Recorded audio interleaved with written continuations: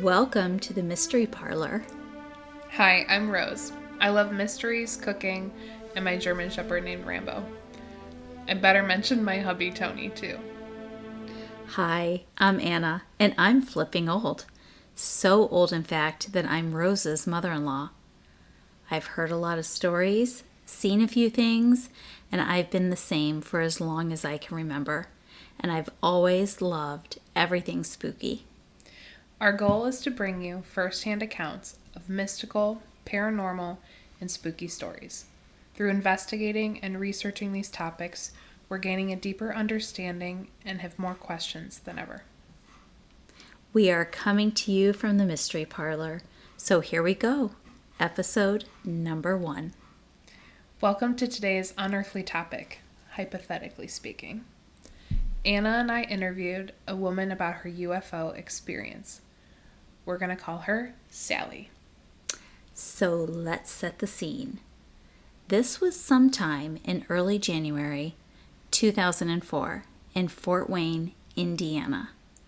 Sally was a mom in her early 30s who saw a UFO, unidentified flying object, which is now referred to as a UAP, unidentified aerial phenomenon.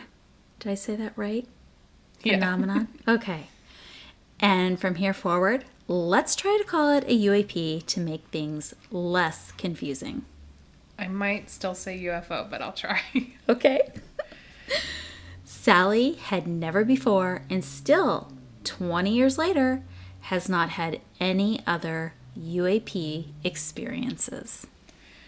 Okay, so don't worry. We did ask her. She was not probed.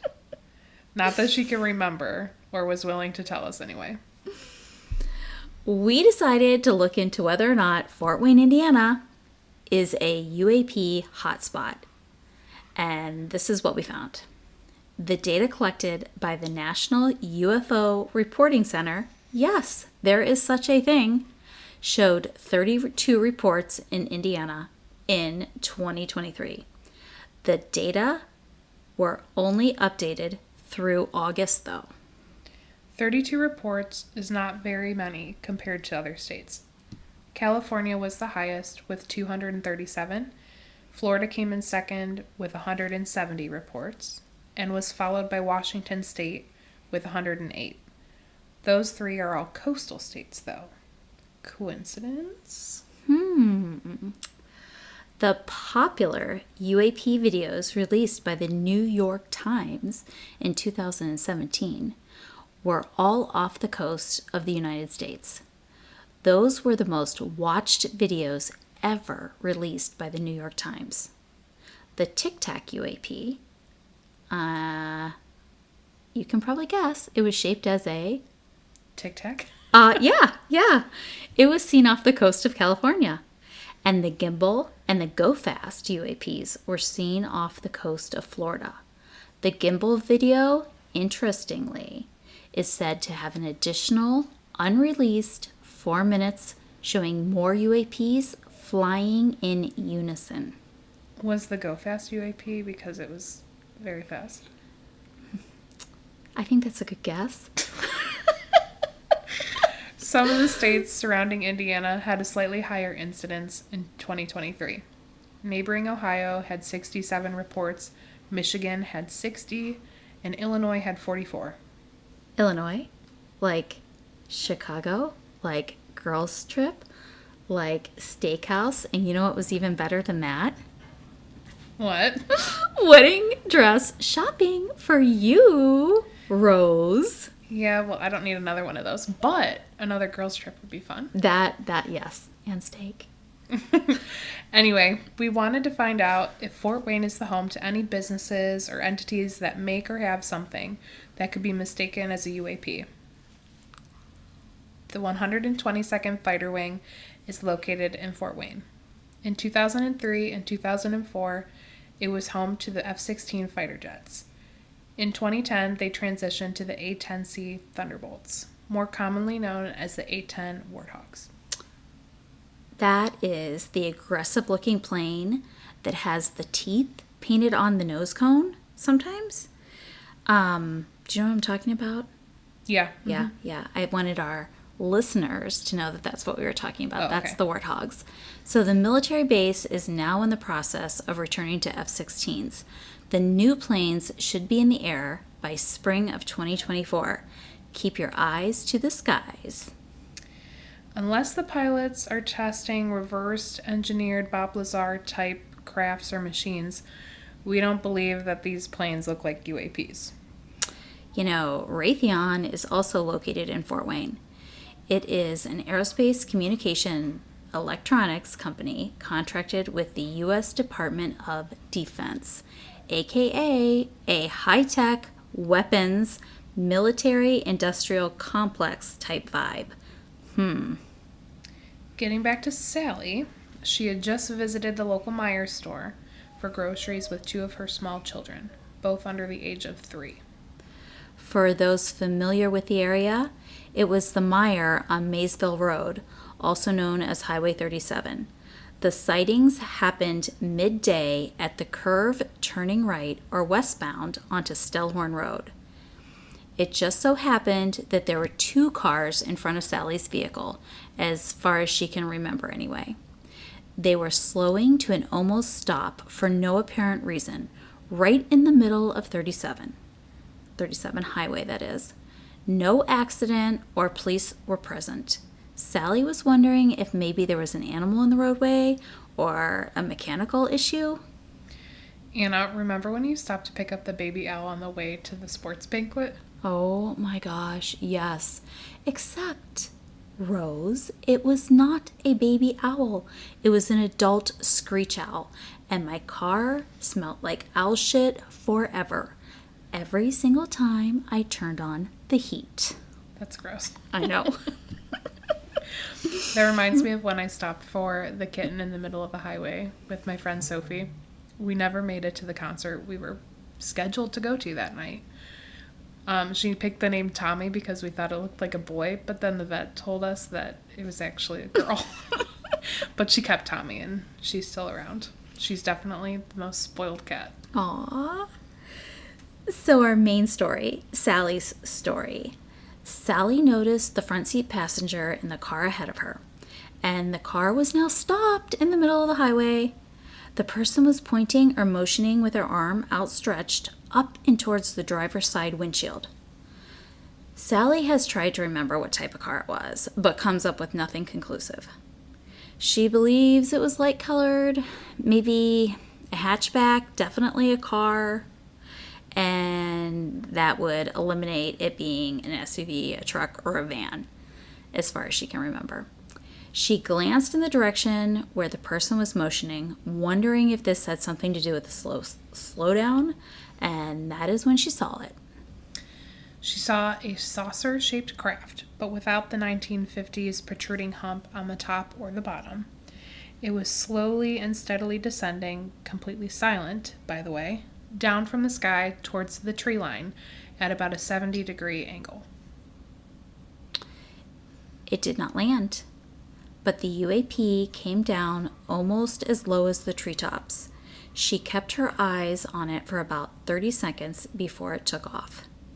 The UAP was silver and orange. At this point, it was more silver than orange. It seemed to be illuminated, yet there were no lights. It was matte and almost glowing.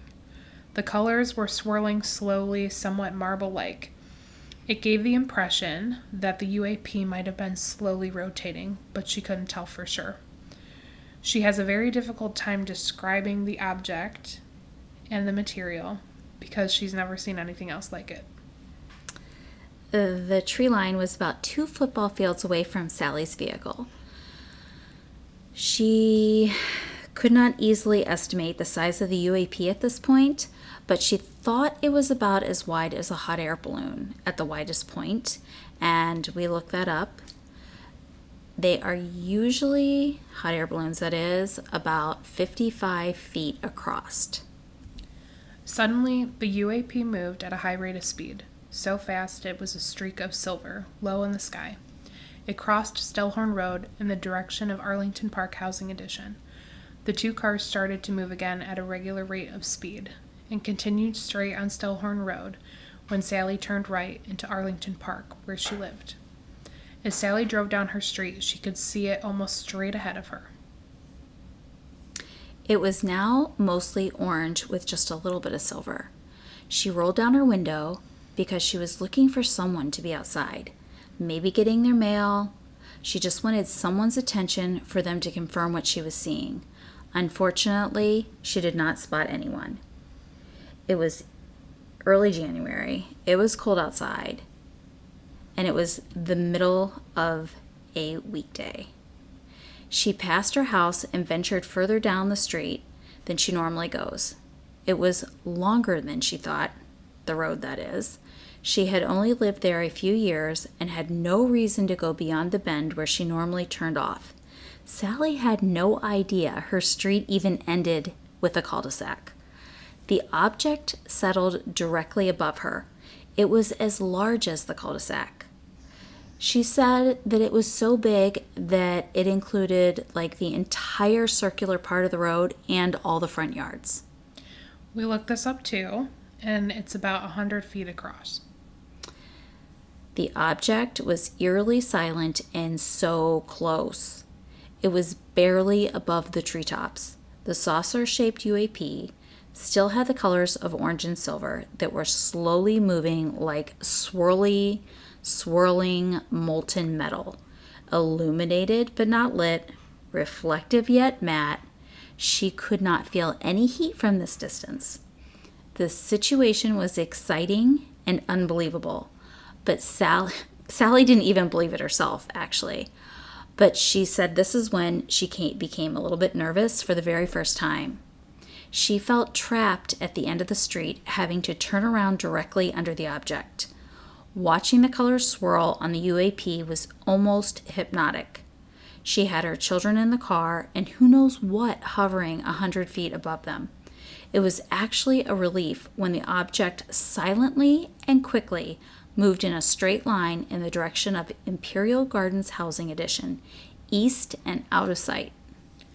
Sally, in utter disbelief, considered trying to follow it further, but she decided to go home. She saw what she saw, and at this point, she only wanted validation, something she still desires to this day. More so, she wanted to get her kids home safely, as she was starting to think about a bunch of what-ifs. Sally drove home, quickly calling both her husband and her mother. We asked Sally if she thought about taking a photo, but it was 2004. She had a flip phone and no camera at the time, or her flip phone had no camera at the time. She did say that she was dialing her cell phone before she even got to her driveway. This is where it gets good, kind of, because someone else did see a similar object. Not just someone, but 3 someones, who happened to be police officers. It seems like this would be the validation Sally is looking for. The difference is that they saw something in the small town of Huntington, Indiana, which is about 30 miles away, and it was several days prior. When Sally called her mom to share her experience, her mom told her of a news story that had just been on TV, on the local news. The story was about the police officers in Huntington witnessing something very similar. We found a news article explaining the UAP exactly as Sally described it. Plus, one of the officers saw it change shape or appear differently at times. The 3 officers were in separate locations. One was ending a shift and called the others to see if they could also see it in the sky. And they could. It had the same silent, quick movements, and at one point was so low that they were afraid it might hit a church steeple. As far as we know, just the 3 officers saw this. Sally wanted to talk to them right away, and she called the Huntington Police Department. Unfortunately for Sally, the gentleman who answered the phone had a good laugh. He stated that the object the police officers had seen turned out to just be a balloon. The story was not true, and that she was not going to talk to anyone because there was nothing to tell. We believe this was probably a cover-up. Either the police station was trying to save face, or maybe it was some sort of higher-up governmental damage control. Who knows how deep these things actually go? It could have been Anything. Yeah. Sally was discouraged and started to again feel self-doubt about what she had witnessed, even wondering if she had hallucinated the two cars in front of her that had slowed and led to seeing the UAP to begin with. In 2021, the Office of the Director of National Intelligence and a Navy-led task force issued a report. In this report, they concluded that 80% of UAP instances reviewed were recorded on multiple instruments such as radar and infrared cameras. That knowledge alone, and the fact that this report was issued by the government, should be enough to remove some of the stigma of reporting these sightings. We could dig a little deeper here about that question. Is the stigma lessening? The fact that the U.S. government had a congressional subcommittee to determine if UAPs are a threat to our safety makes it seem like these things are being taken more seriously. The three gentlemen who relayed information or testified were not lightweights either. Ryan Graves, Executive Director of Americans for Safe Aerospace, retired Air Force Major David Grouch, something like that, and retired Navy Commander David Faber. Ryan Graves is a former Navy pilot and had a first-hand account with one of these UAPs. You can Google the video of him speaking or the radar footage of the UAP. He also stated that UAPs are acknowledged and have become a normal part of pre-flight briefs. But now let's get back to Sally's story. Either the news article or evening news had mentioned that if anyone else had seen anything to please call MUFON, Mutual UFO Network, and make a report. Sally was embarrassed, but reluctantly called, hoping someone else had made a report near the place and time of her sighting. As far as she knows, to this day, no one else has made a report about the same event.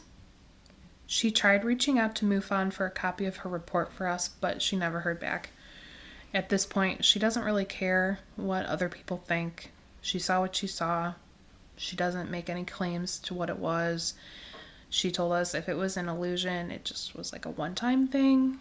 And if it's new technology, she hopes that, the government comes out and it becomes like public knowledge. I wish there was more information from that time. It would have been wild if she was able to snap a photo, but I understand her phone didn't have a camera because cell phones didn't have cameras at that time. Well, Sally also looked up the article from the Herald Press in Huntington in hopes of reaching out to the officers after 20 years. 2 of the officers have passed away, but she did reach out to the adult child of one of the deceased officers, who let her know that the father never wavered on the original story. He said that it wasn't any kind of flying machine that I can think of. And that statement is still true today for Sally. The adult child had one other bit of information that was new to Sally. Her father had a video of the sighting from his police car, his police cruiser, recorded the whole thing. She was going, and she, as in the daughter, was going to talk with family members to see if anyone had a copy. So stay tuned. We may have a follow-up soon. Sally tried to contact several others, but has not gotten any responses so far. We asked Sally, what do you hope to gain from sharing your story with us, from us sharing your story on our podcast? She said ideally that someone from one of the cars ahead of her that pointed the thing in the sky out to begin with would come forward and corroborate her story. Now for some of our thoughts on the subject. Rose, you first. What are your thoughts on UAPs? I have never personally seen anything that I would consider a UAP, but I do believe that they're out there. Whether they're like secret military projects that no one knows about yet, or if they're actually things from outer space. Ditto. I think the possibility is more probable than not, especially after doing the research for this episode. Now we want to share with you some information from a documentary we both watched recently called Moment of Contact, which you can stream online. Moment of Contact is directed by James Fox, who has released several UFO documentaries. The one we are covering today focuses on a series of events in 1996 when citizens of Varginha, Brazil, reported seeing a UFO crash and one or more strange creatures. In the film, several witnesses are interviewed regarding a UAP that was seen in the sky. It seemed to be having issues, lost altitude, and then crashed in a field. Simultaneously, NORAD, North American Aerospace Defense Command, was informing the Brazilian government of a UAP that they were detecting in the same area. It's crazy to think our government reaches out to other countries when UAPs come up on the radar. And NORAD, that's also the agency that tracks Santa on Christmas Eve. Oh, really? Yeah, really. I used to look at that online when I was a kid. Right. One person got out of their car and investigated the crash site right after this happened. They described the material that was all over the ground as light and aluminum-like. When they folded it up, it sprung back to its original shape. There was also an overwhelming smell of ammonia. Then the military showed up and quickly escorted him back to his car. But they had their guns drawn and they were really threatening and he was kind of scared. He was not able to take anything from the crash site. At the same time, or shortly after, 3 teenage girls were walking in Virginia and spotted a creature. It was crouching by a wall. It had large red eyes and it seemed scared. Its skin looked oily and greasy. The girls were really afraid. They had all grown up Catholic and it looked like a devil to them. 2 of the girls were sisters, and that's whose house they ran to. The mother was home and she returned to the site with them. The area smelled of ammonia and sulfur. It was so bad that the smell stayed with them for days. And I remember them saying that they were like trying to even like clean Wash it. wash their nose out. Is that what they said? Yeah.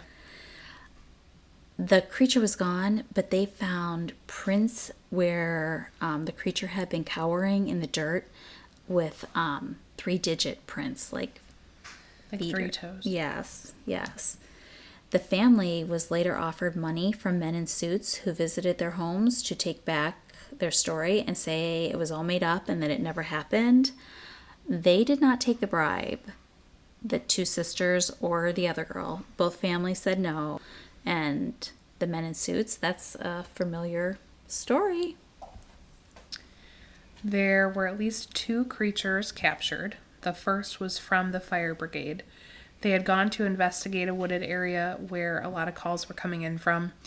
It was captured with a net, and they said that it cried like a child. Oh, that's awful. Yeah. Again, it had oily skin and smelled of ammonia and sulfur. Another creature was captured about 3 hours later by a military officer barehanded. They suspect maybe this might have been the one seen by the girls that kind of disappeared by the time they got back. The officer, his name was Marco. He was 23 years old. He jumped out of the military vehicle and grabbed it. And afterwards, he said he couldn't get the smell off of his body. He became very ill, and he passed from an undetermined infection within weeks. Marco's sister, his wife, and doctors think that this was no coincidence. His wife was interviewed soon after and claimed his medical report was missing pages, and that's after she had to fight to get it.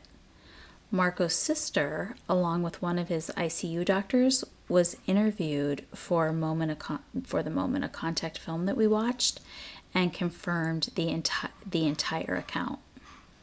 The documentary goes on to explain that the bodies ended up at a local hospital.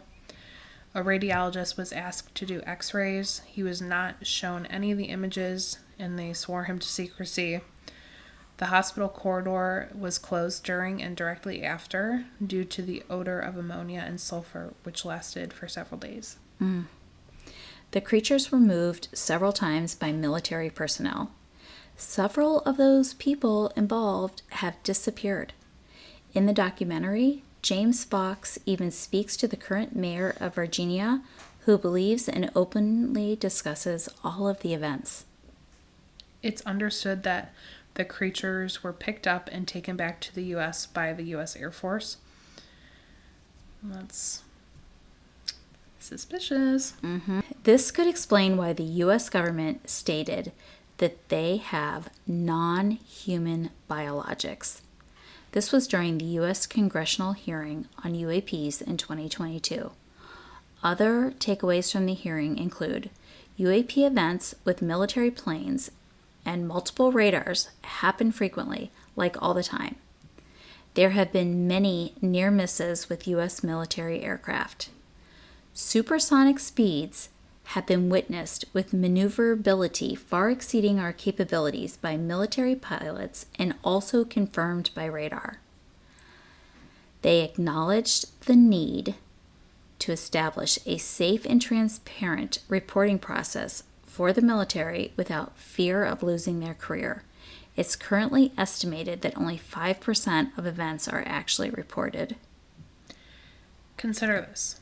Our universe is huge. We have 8 planets around our sun, 100 billion stars in our Milky Way galaxy, and 200 billion to 2 trillion galaxies in our observable universe. It seems reasonable to think that there has to be something else out there, maybe even something more advanced than us. Circling back, listeners, if you or someone you know was one of the occupants of the cars in front of Sally, please reach out to us. Or if you witnessed something similar around the same time, January 2004, in Fort Wayne or Huntington, Indiana, we would love to hear from you. And since we're brand spanking new to this realm of podcasting, if you have a mystical, obscure, paranormal, or out-of-this-world story that we need to share, our email is open. Please send us your experiences at mysteryparlor@gmail.com. We promise to read and respond to each and every one of your stories. Talk to you soon. Bye for now.